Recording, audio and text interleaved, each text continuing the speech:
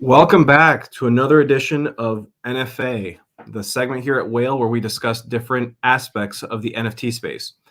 As the name suggests, this is not financial advice. There is no substitute for doing your own research. For those of you new to the community, I am your host, Ilus Gavia, and as I like to say, I'm a recovering TradFi professional. I have a background in capital markets where I spent over 15 years. In today's edition of NFA, we're joined by Whale's very own Frank, one of the brains behind Market Strategy Report and the Greed and Fear Index. Frank, welcome. Hi, Ulascavia. Thanks for having me. Put me on the hot seat. Hopefully it won't be too hot. Just here to see if we can share some of your knowledge with the community. Okay. Yeah, I'm very honored to be asked and being brought on. Thanks. Well, no pressure. Thanks for doing this. So, Frank, again, thank you for joining us. Could you just kind of spend a moment to introduce yourself in your own words to the community? My suspicion is that most of the community members don't realize that you're one of the brains behind the scenes. Well, thanks very much for that. Yeah, so I was here on the launch of Whale. I was one of the lucky few who were there on the day when Whale Shark launched his token, but I've only became a member of the Whale. I think it was back in May last year. And I guess before that, what I was doing, and I still do, is I lecture economics and financial derivatives and statistics at a third level institute here in Ireland. And I've been doing that for almost 20 years, I think.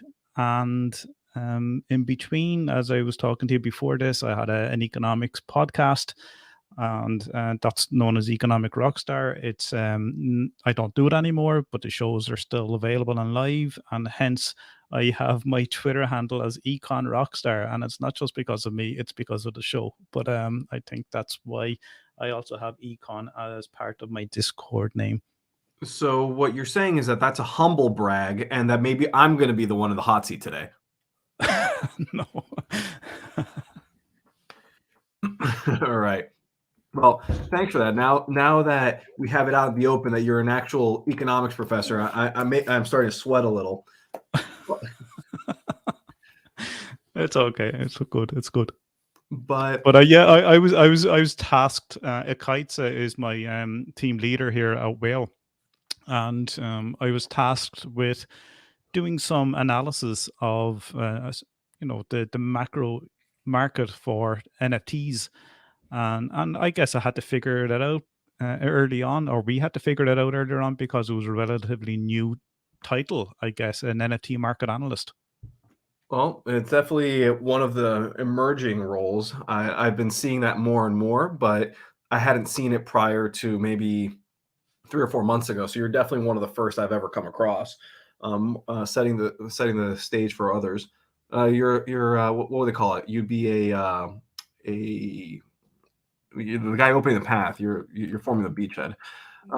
But in any case, one of the things that I wanted to spend a little bit of time on is the NFT Fear and Greed Index that gets put out from us. And I'm actually going to share my screen. I have a recent one out there where the last reading was, 52. Mm-hmm. And the NFT, the Greed and Fear Index, correct me if I'm wrong, is in essence a gauge of where the market is viewing the space, whether there's a lot of people just really greedy or more fearful about the situation. And this reading at 52 is pretty neutral. Mm-hmm. Yeah. So I guess this is a standard that I wanted to keep with other readings that are of similar nature. Like a stock market fear and greed index, or as we now see as well, there's a Bitcoin and an Ethereum fear and greed index. So I keep it in those certain bands. And as you said there, it's a 52. So that's a neutral stance. And I claim that neutrality in terms of our behavior and our interactions and sales and so on, active market wallets, all the metrics that I put into this, that's a neutral reading that has a range of between 40 and 60. And then extreme greed is going from 80 to 100, and extreme fear on the other end is 0 to 20. And we've actually, during the time I've been producing these, I think this is the 26th. This week will be the 26th official reading of the what we call the NFGI, which is the NFT Fear and Greed Index. I think has a nice acronym there for it. So this is the 26th official one. I do it on a daily basis. The Great Nightmare suggested let's keep it as a weekly thing, but we will produce a running chart over time. So yeah, that's where we are, and we've touched the extreme fear and extreme greed. So we've been through all of those aspects of the index during the lifetime of this reading. Given that this is such a new concept for NFTs, and I'm familiar with the greed and fear indices from an equity background, and all that data is readily accessible. If someone had, let's say, a terminal or one of these analytics platforms, they were flooded with data, they could reproduce it themselves. But given that this space is so new and the data is kind of all over the place, what was your process, or at least your thought behind constructing this index? Because the first time I saw it, it kind of blew my mind that someone was able to get all these different data sets and combine it into a single indicator. I think it's to do with the great whale shark. You know, I've read Steve Jobs' autobiography, and you know, when he gets somebody to do work, and it's almost like an impossibility, but he makes sure you're put into a situation that you can actually surprise yourself and get that work done. So, I was tasked with this. I think it was back in July or August last year, and it was up for the challenge, but there was quite a lot of sleepless nights, only because my brain was running. And I think for those people who've ever been in similar situations, and it is a creative process, to be honest, is that you pretty much live and breathe. Because you've come up against roadblocks, you try to problem solve, and it's in those moments where you are most relaxed, I think, even though your brain is more active, that you start cracking through these problems. And so there was a lot of note taking during the night, and also there was some references that I would have followed. I did up a detailed methodology report in order to make sure there's a legacy behind. So just in case something happens to me, or there's a report, a 13-14 page report, as well as the Excel files there that details everything that goes into this. And it's something that is akin to other reports and other indices that have been written out there, including the Human Development Index. I found quite nice information and guidance from the Human Development Index, to be honest, and also I think it's the CNN or the CNBC's equity index, as you refer to. So yeah, finding the analytics in such a nascent market that we have regarding NFTs was quite challenging. But having said that, Non-Fungible are a fantastic team. They provide their data for free. Anybody can access it. And this is the one resource that I use to create my Fear and Greed Index, or our Fear and Greed Index. So basically right here, you go, they provide the data for free. Is it through an API pull, or do they give you a data download each whenever you need it? No, it's there for everybody. They've updated their website recently, so you can go in and you can see their charts. You can download the data into a CSV file or an Excel file. So that's where I extract my information, and I know it's quite limited. You might go to other sources like Dapper Labs, who would give you different readings, but Non-Fungible, they don't have every project on that's traded on the Ethereum mainnet, but that's a good thing. because we know some of those projects can and have been pretty sketchy, I guess. So I trust the data that Non-Fungible have, even though the readings may be different to other sources. You actually just touched upon, at least obliquely, to one of the sort of concerns I've had when trying to pull data from multiple sources is that not any data that's processed that's not just coming in raw has been subjected to some methodology to clean it up. And different data sources will have different methodologies. So while you think you're comparing the same data set, they actually might be treated very differently, and they're actually not a like for like comparison.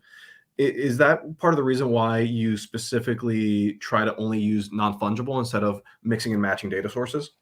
Yeah, so I think with the team at Non-Fungibles to have a project to be displayed as part of their data set, I think there's a request that you have to put to them to add them in, and they also do the same as well. So um, I'm not sure if, say, some of the newer, like for example, I'm not sure if Cyber Brokers is on the Non-Fungible data set, whereas Dapper Labs will pick that up immediately.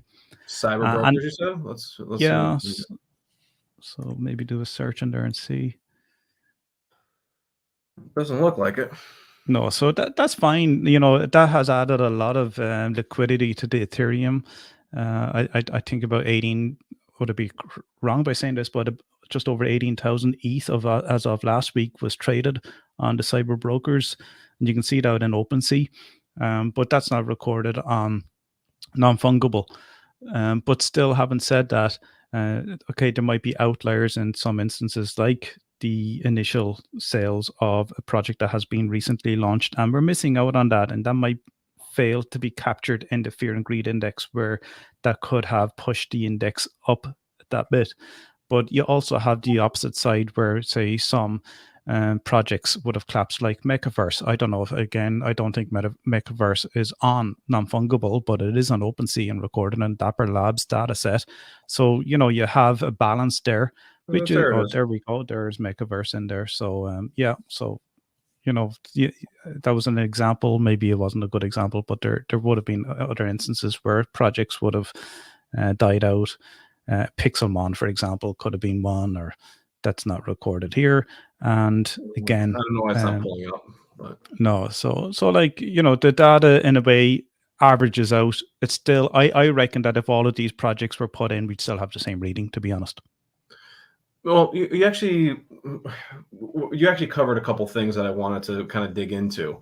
So for someone that is let's rather someone that is not an economics lecturer, if they're looking to do some analysis on the side, how should they think about having that sort of like for like comparison across data sets, especially if it's not necessarily obvious how the data sets are being, let's call it, cleaned up or treated or manipulated? Yeah, like I'm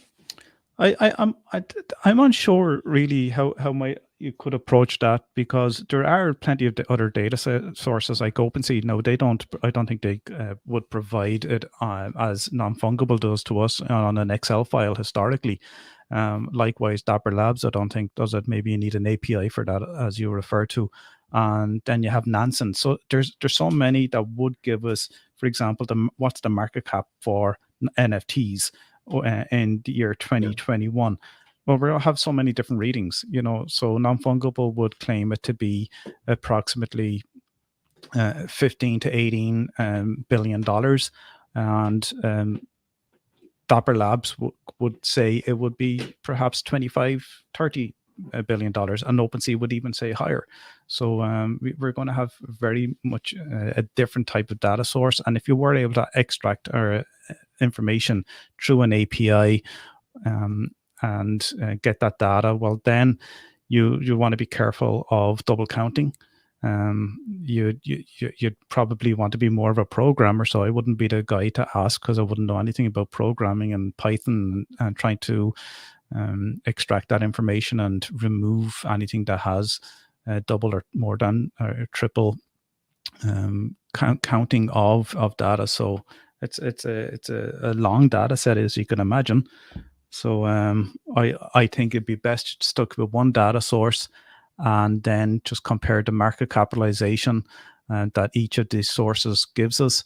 And if the readings as an index, for example, or if you wanted to convert them into natural logs, the readings, if they end up becoming somewhat similar and the percentage changes or the changes over time become similar, well, then we're all good to go. But the question, what we have to question is, what's the market cap and what's the true market cap of the NFT market, which is quite debatable. But I think as a run on an annual or monthly basis and projections going forward, I think we could all be quite similar in terms of how we would conclude where the market has been and where it will be going. That's fair. I mean, I just pulled up Dune Analytics, which is another resource that users can kind of go on and try to extract data.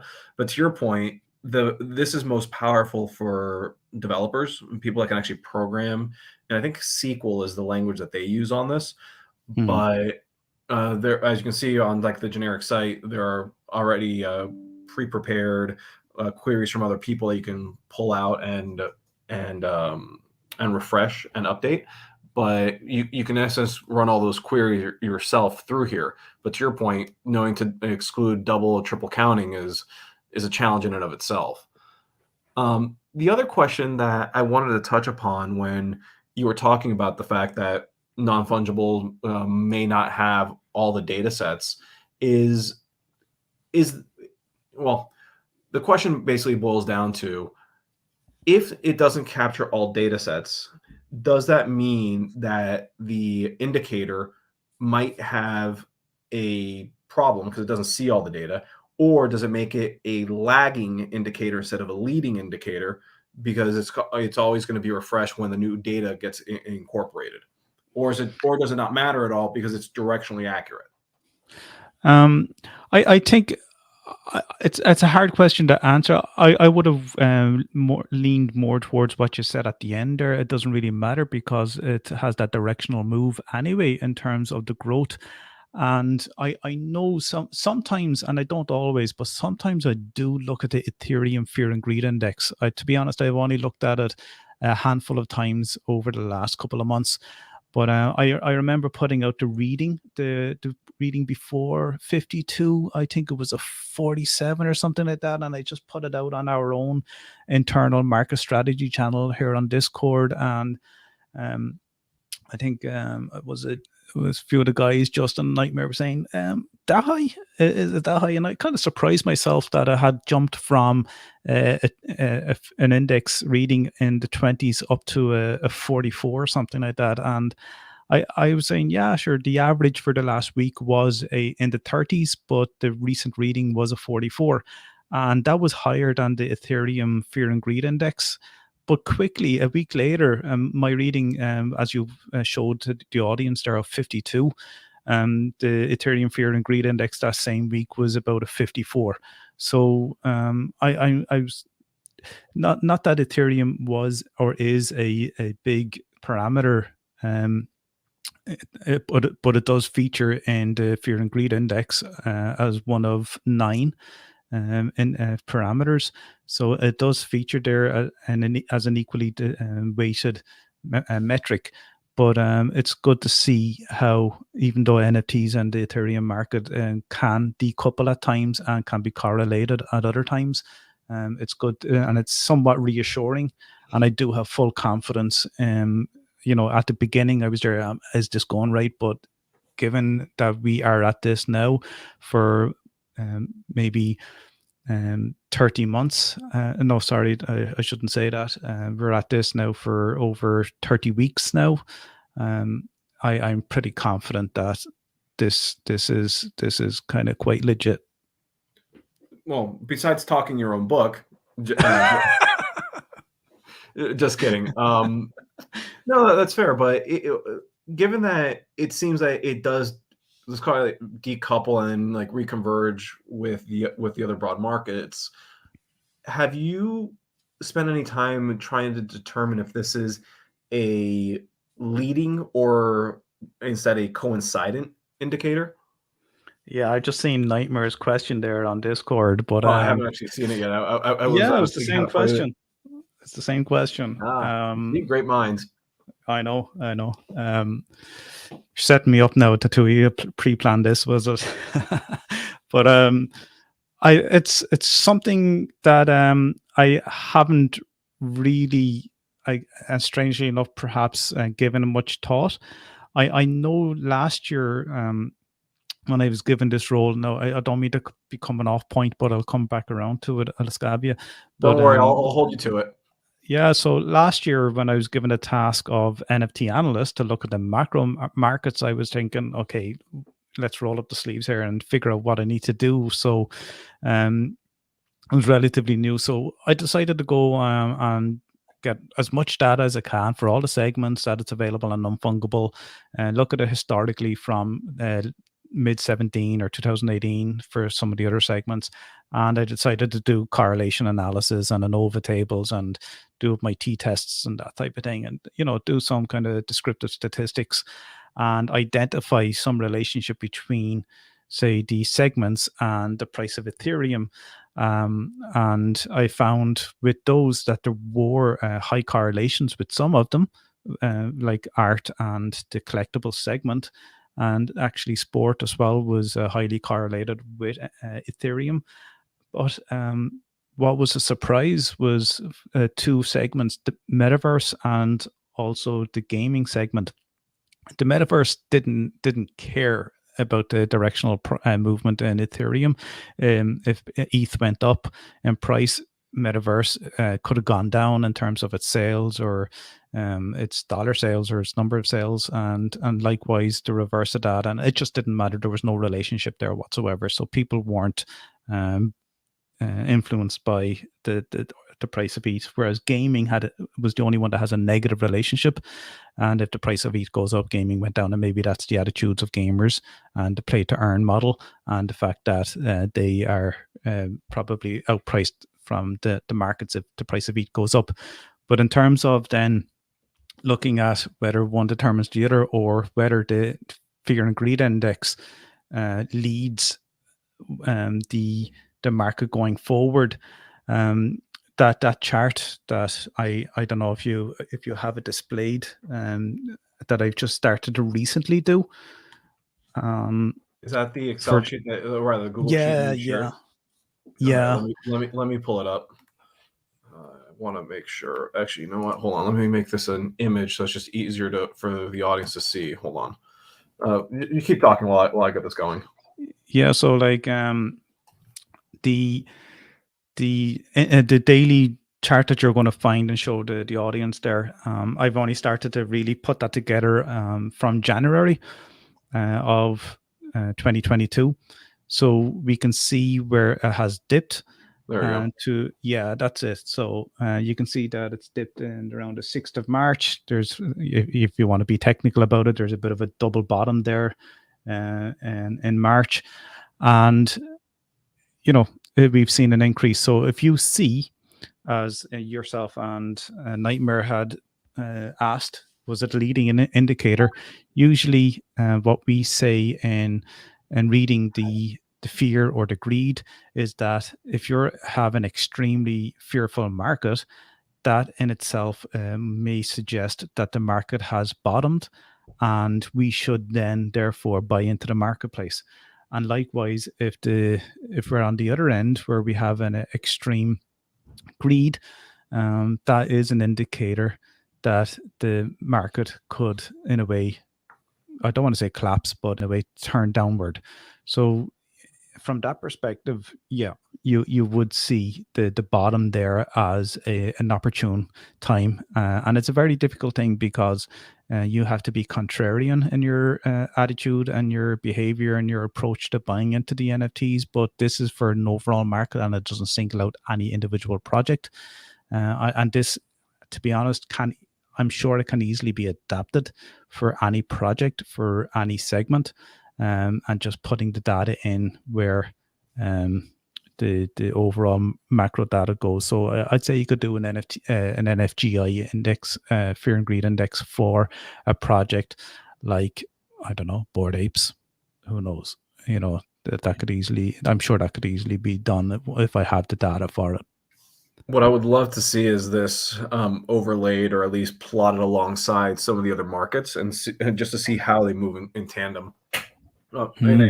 that's beyond the scope of this. Um, but you brought up a point that it goes back in time and that it also depends on the data available to non-fungible. But there's also going to be survivorship bias in the data Hmm. because you're only going to be able to have data here if it's a project that was in existence in the past and survived till now. Are you capturing projects that launched and then collapsed and disappeared, and or are those scraped out of the data? Yeah, so that's a great question because when I was looking at, I also do the monthly reports as well, Alaskavia. So I've been doing those, and they're more macro analysis. But I do go at times and mention a few projects in there, but I do look at the macro part of it.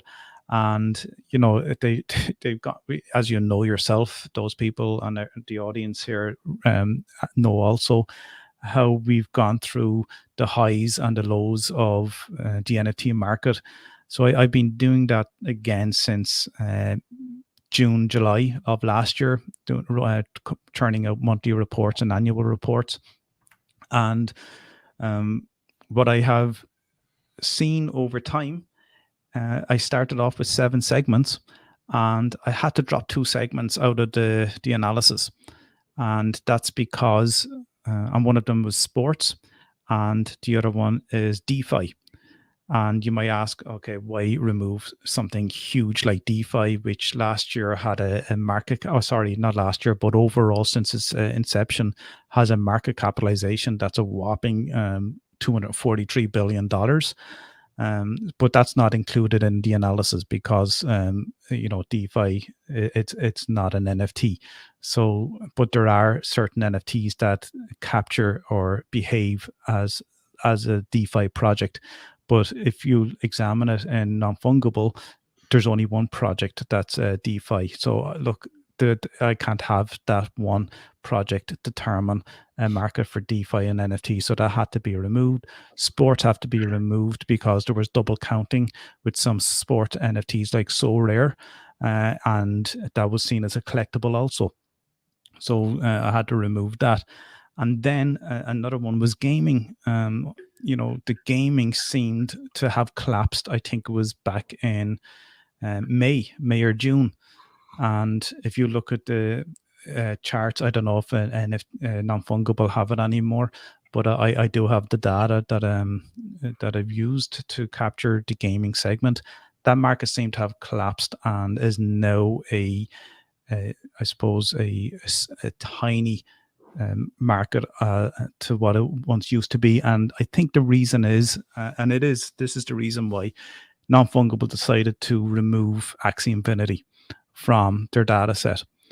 And that is a huge market, as we all know, and hence no longer being captured in the data set for gaming. So um, that's unfortunate because I did do the analysis last year looking at the relationship between gaming and Ethereum, and I'll be updating that in a couple of months' time and having a comparison between the relationship of those segments to Ethereum.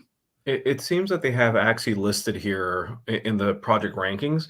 So I don't know Mm, if that they're just tracking it and not including it in the data set, but yeah. it's interesting that one of the most well-known game assets was pulled.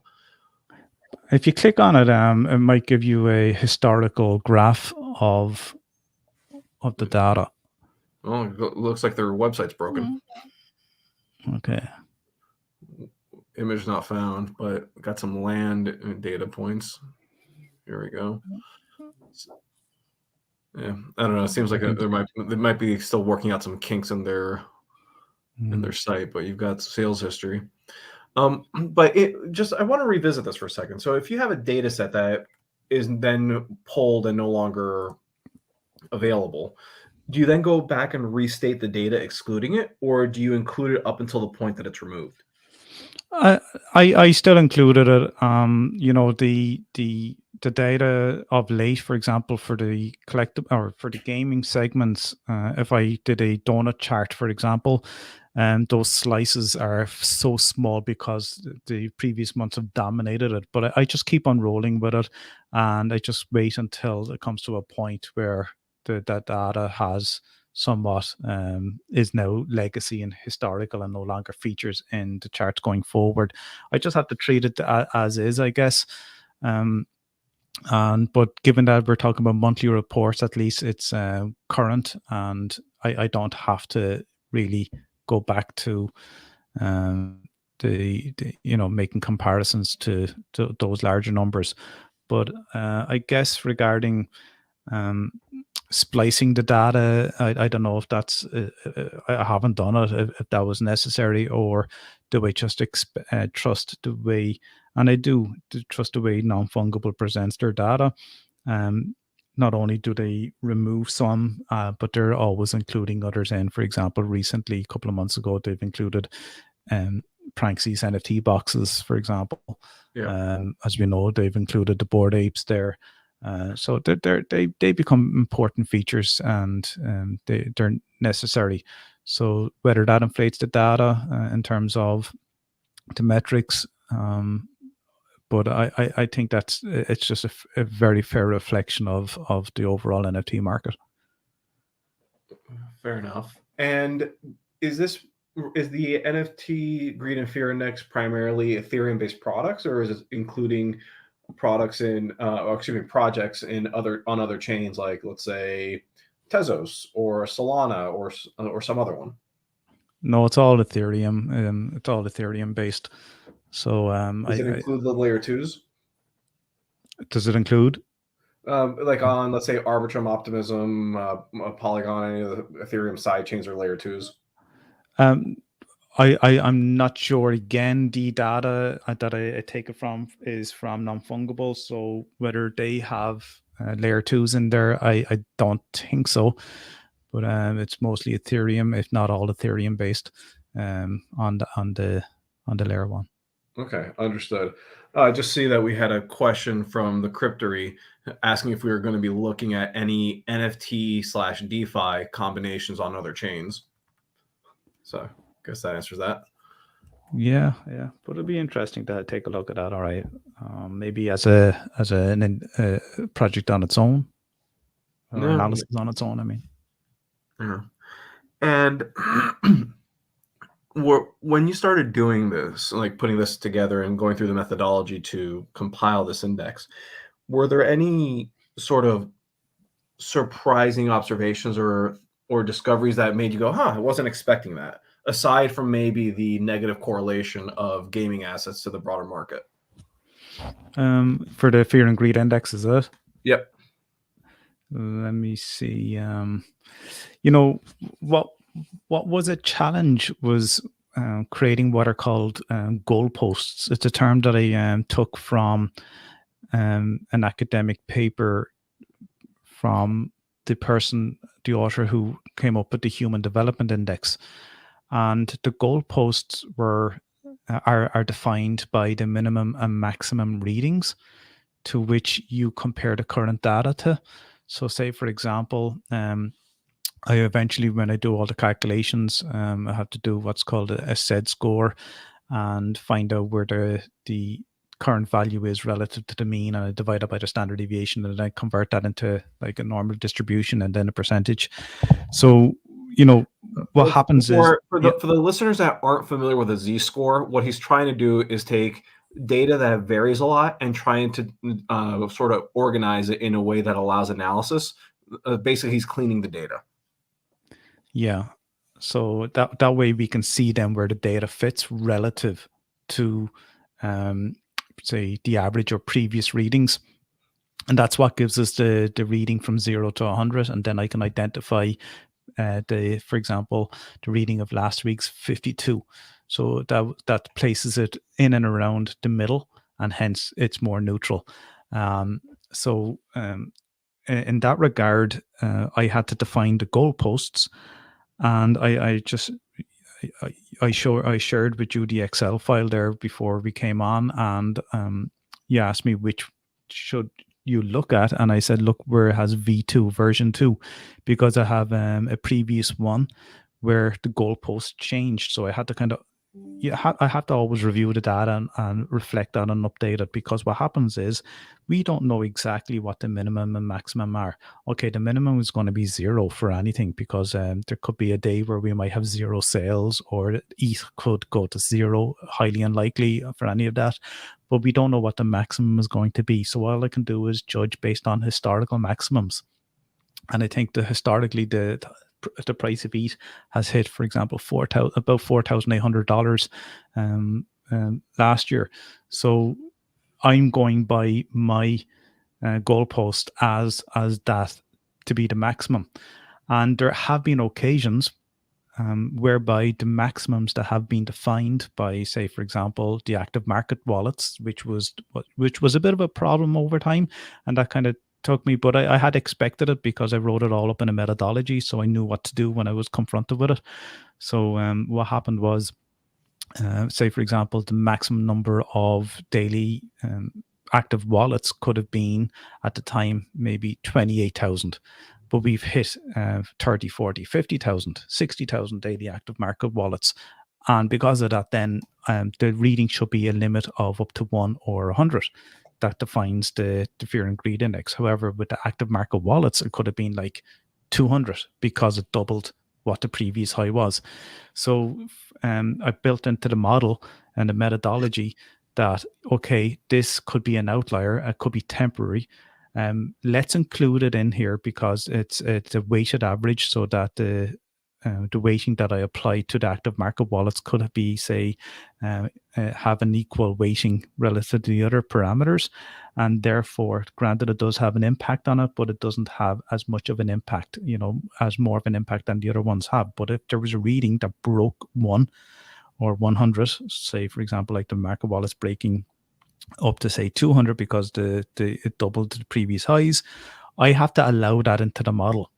I don't correct it for at least 2 or 3 weeks, because often you see that it does collapse. But if it continues on and we're at that new level, well, then I readjust and I have to include new goalposts for those metrics. So the goalposts will be included, and that's why I have version 2 here. And there may be a version 3 in time once we see Ethereum, say, going past $4,800 or active market wallets, and there might be a recovery in the NFT market. When the Coinbase felt like consumers come in, we may see an explosion. Who knows what will happen, but I know for a fact I'm going to have to make a version 3 of this with new goalposts going forward. And there's nothing wrong with that. It's something that we have to do. Whereas the Human Development Index was fine because they can define education levels by a maximum the number of years. Typically, they can define the living expected standard, or the expected age of living to be up to, say, on average about 86, 102, whatever it might be. And it's very difficult for a market like ours. So that was a surprise. And how do you deal with outliers? So let's say the project has one sale that's ridiculously high relative to everything else, or ridiculously low relative to the average price. That outlier would, in theory, skew the data. How do you deal with those?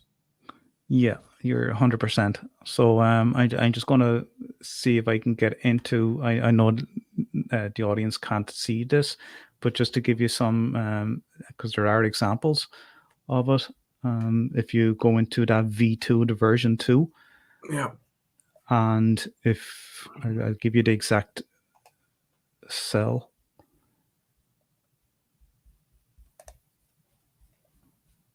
If I can find it now.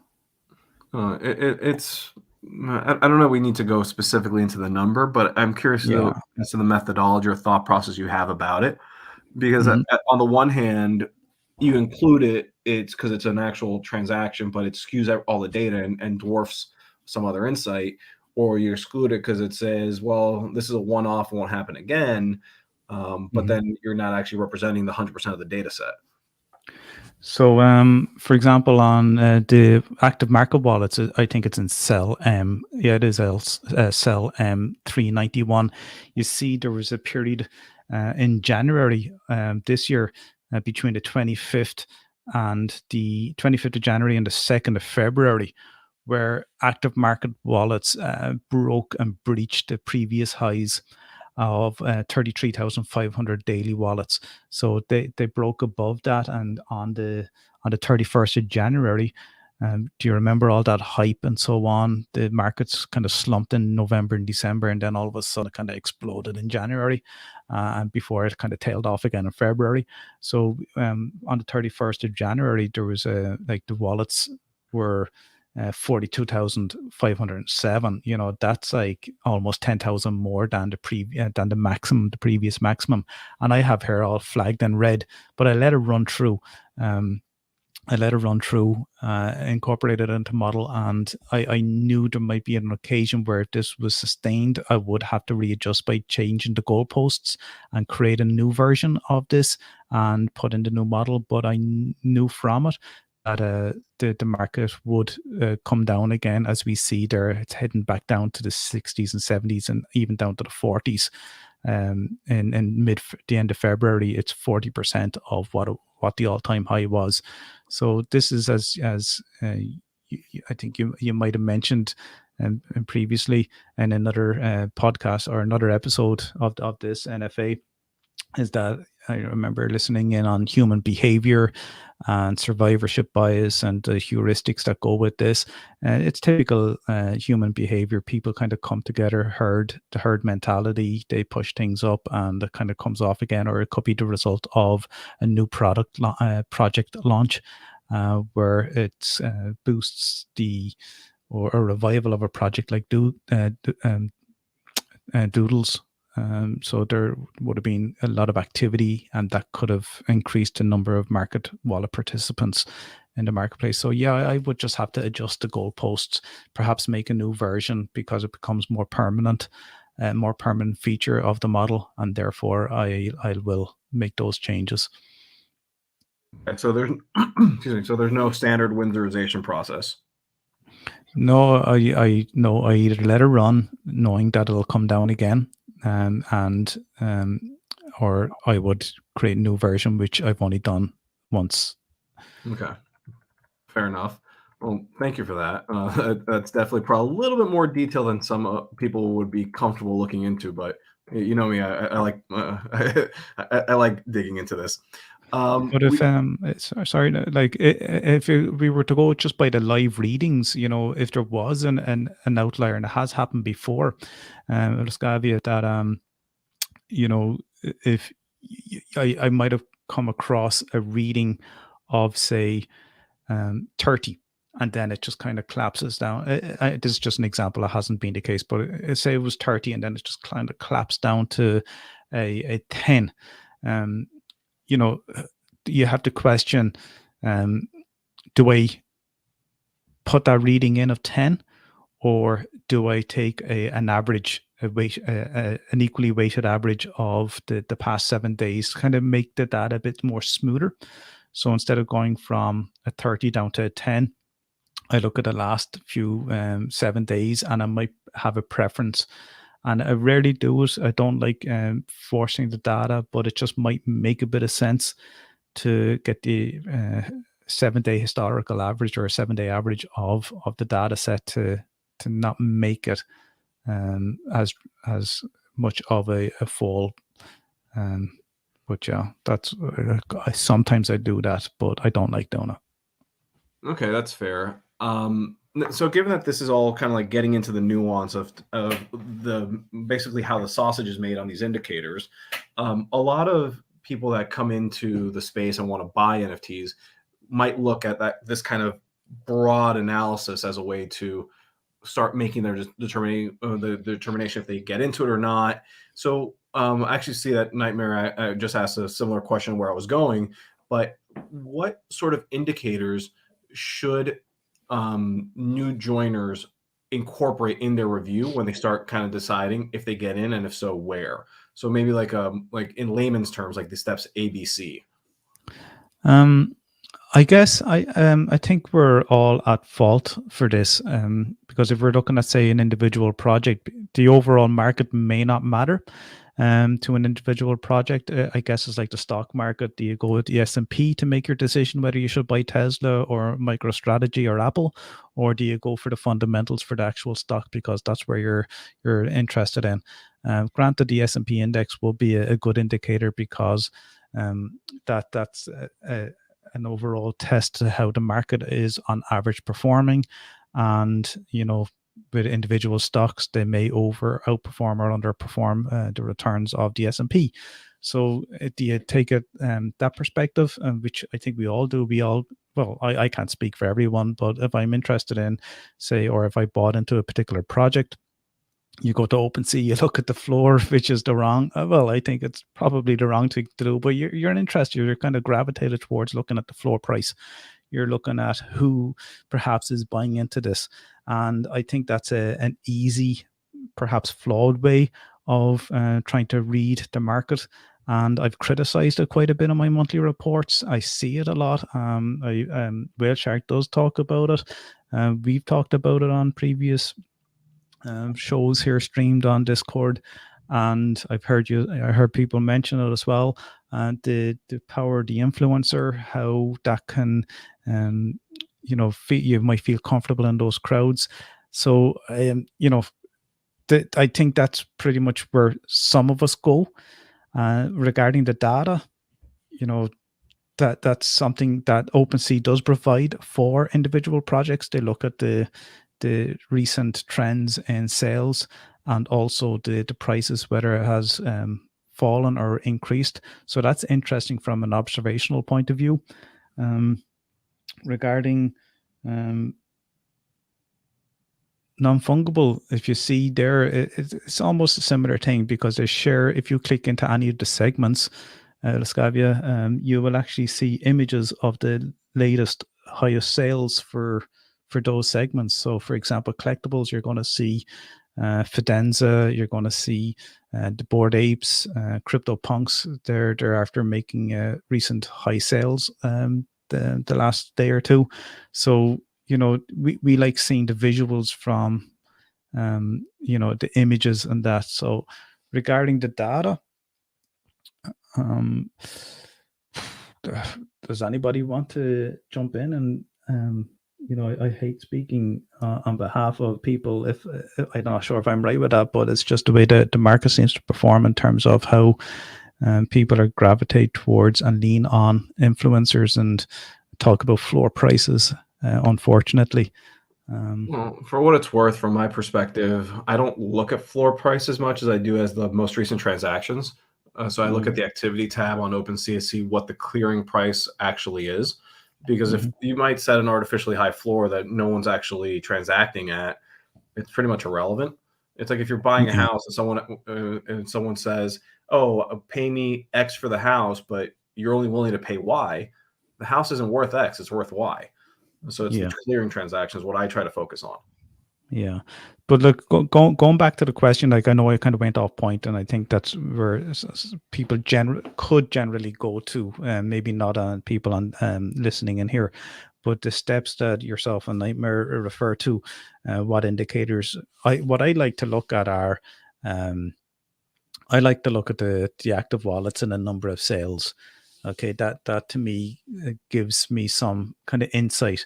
And sometimes the dollar sales can be quite absurd in terms of periods whereby we might have certain projects or certain NFTs that could somewhat skew the data. So the number of sales is more kind of grounding. So too are the active wallets. We might, as we mentioned there regarding those outliers and how it could actually affect the NFGI if the readings are higher than previous highs. But that gives us some kind of understanding of the sentiment of the marketplace, whether there are newcomers. And what's great about non-fungible is that they also provide us with data on, and they break out the active wallets into buyers and sellers, and that's interesting as well. We can see it in what I have right now. Like I clicked into Bored Apes, and this is what it's showing. It has the number of sales, secondaries, the dollar prices, the average prices, as well as the active and unique wallets, and actually Okay. unique buyers and sellers. Yeah, so it's impressive. Like the sales was $8 million. It's quite impressive, but 82 sales. Who knows what's going on with those 82 sales? Um, as Whale Shark said before, is this Hollywood getting involved? MoonPay, you have to question MoonPay's involvement in this market and how they connect with celebrities like Madonna to buy their Bored Apes. So 8 million. Who and you'll also see some Bored Apes selling for a couple of bucks, which happens. I don't know what's going on there. Maybe it's just a bit of wash trading or something. But I saw earlier this week that someone supposedly sold one for, I think it was like yeah, 150 DAI or 140 DAI or something like that. yeah, And it's either someone was really careless and didn't pay attention to the offer they got, or to your point, it could be a wash self deal in order to try and capture like a benefit. what I noticed about that figure, I think it was, we just say it was 150 DAI. Something like that. It wasn't. It was what was clever about the offer there was that it was like 150.00, about 10 zeros with a 3 at the end, and then DAI. So the word DAI was removed from the main offer of 100, say 15 or 150. And maybe they didn't see read Yeah. that properly. So it was just a clever tactic if it was to be a genuine offer and a mistake by the seller. Well, But I like the idea of breaking up the sellers, the activity by unique buyers and sellers as well. And I do that on the reports because it gives us some insight as to what markets or what segments are quite liquid. For example, the metaverse is a very tough market from a secondary point of view as well. The secondary sales and primary sales, I'm also interested in, in a way. But that tells us who's buying, who's selling. There's very few sellers on the metaverse, but there'll be more on the collectible segment because it's a more of a liquid market. So a lot of the people in, say, for example, metaverse would have more diamond hands. And the scarcity issue, I see that more so like the actual real estate market in real life. It has a very, very similar characteristics to that. And that scarcity does push prices up. And as we know, Whale Shark has mentioned in previous spaces, and also during Whale Hour, that substantial offers have been made on some of his sandbox 12 by 12s and a 24 by 24, but it's an offer that they have to refuse because it's not reflective of the actual market. And with all these newcomers coming in, they want the best plots. And they're unique, they're unique in terms of its coordinates, its location with other companies or projects that are based in Sandbox.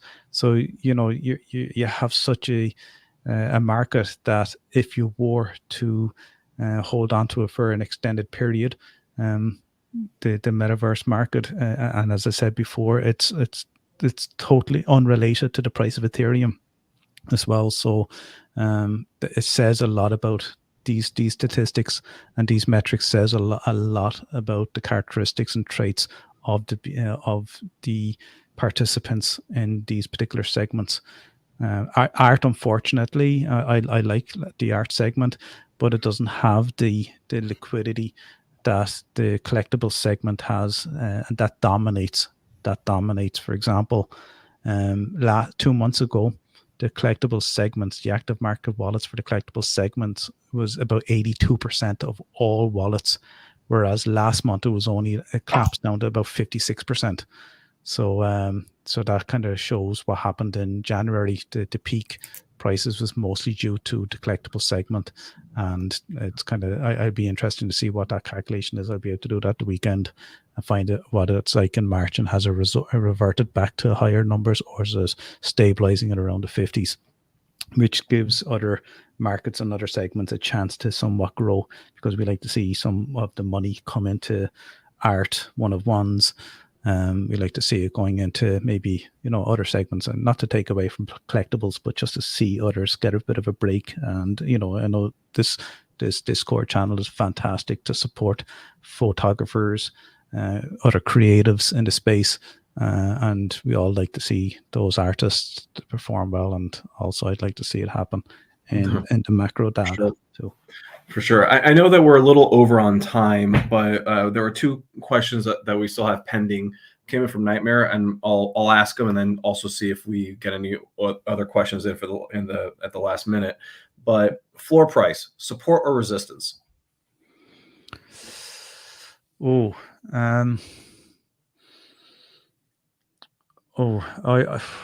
it depends on where you are regarding the project. Support, because the type of community, the community are built so strong. If you have a strong community, it's definitely the support. Okay, so it depends on the community. Got it. Yeah, and the time, I guess. Yeah. The other question that we had pending is, from a data perspective, what would you look at in the numbers that give insight into a project potential or place in its demand cycle?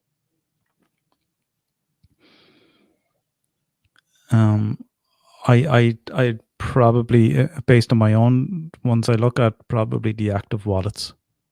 Okay. So that's a useful data point both at the aggregate market level as well as a project specific level. Yeah, like I used to collect data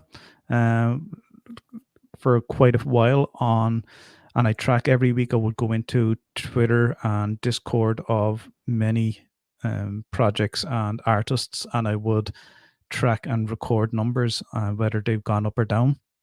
It got a bit too crazy because of all of these new projects that unfortunately I stopped doing it. But to see, I saw what happened with Axie Infinity. It just jumped significantly one week, and I was right, there's something going on here with Axie, and they were taken by surprise by the Discord. But we have to be concerned as well about when I look at Twitter and a new project comes in, and they just have started the account in February 2022, and they have 53,000 followers. Or I don't mean to single out any particular project here, but I will, because some of us jumped into Discord and it was crypto bats, and that was just an explosion of activity.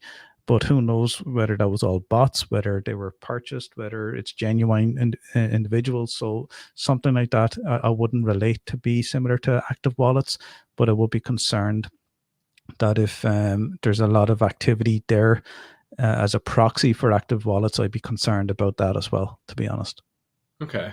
So last question that I see coming in, and then we'll wrap it up, is approximately how many "let's go," quote unquote, and mention of vibes, quote unquote, indicate a direct moonshot that the Nightmare should max his credit cards and go all in? When you say as in like the community shouting all of this, like "let's go" and vibes and GM and Moon Lambo, Yeah, that is us as I don't think he should max out his credit card. No, I don't know. But look, if you're, I again, it depends on the community. It could be a hit or miss. I've seen it with Bored Apes. The day everyone's going on Clubhouse, I could have minted Bored Apes. I've seen some people there, some influencers, and they're I'm not getting into this. No way. I'm not getting into it. I couldn't be. But I joined the Clubhouse, and they all had changed their profile pictures, and they were like that vibes and let's go. And I just this is just ridiculous. Okay, in hindsight, I was wrong, so maybe I should have maxed out my credit card there. But I don't know. It's a tough one. I just wouldn't do it. I wouldn't do it. Obviously, the more genuine "let's go" and vibes that are out there, perhaps you could get in there and max out that card and just hope for the best. I guess the question is, how do you define genuine and discern that from all the other sort of fluff? But in any case, Frank, thank you very much for your time today. This has been very interesting. I hope the community learned something. But like I said, thank you very much for joining us. Is there anything else you'd like to leave the community with before we end today? Just in case people are wondering why they might not have been able to get access to the Fear and Greed Index or the monthly reports, I think they're based on certain role holding positions within the whale community. But I know Nightmare and some of his writing team provide some information. We also do the weekly highlights and look at projects and drops, etc. And he provides that also on Medium. And we will soon have the Fear and Greed Index available on Wales website once that becomes updated and launched as well. But thanks very much for having me, Alaska. Have you enjoyed it? And if people like this and would like to see me on again sometime in the future, I'd be happy to come on. Oh, thank you very much for that generous offer. And be careful what you offer. I might just take you up on it. All right. Well, Frank, thank you very much for joining us today. And on that note, this has been another edition of Whale NFA, and nothing said today should be construed as financial advice. Always do your own research. Have a great weekend, everyone. Thank you.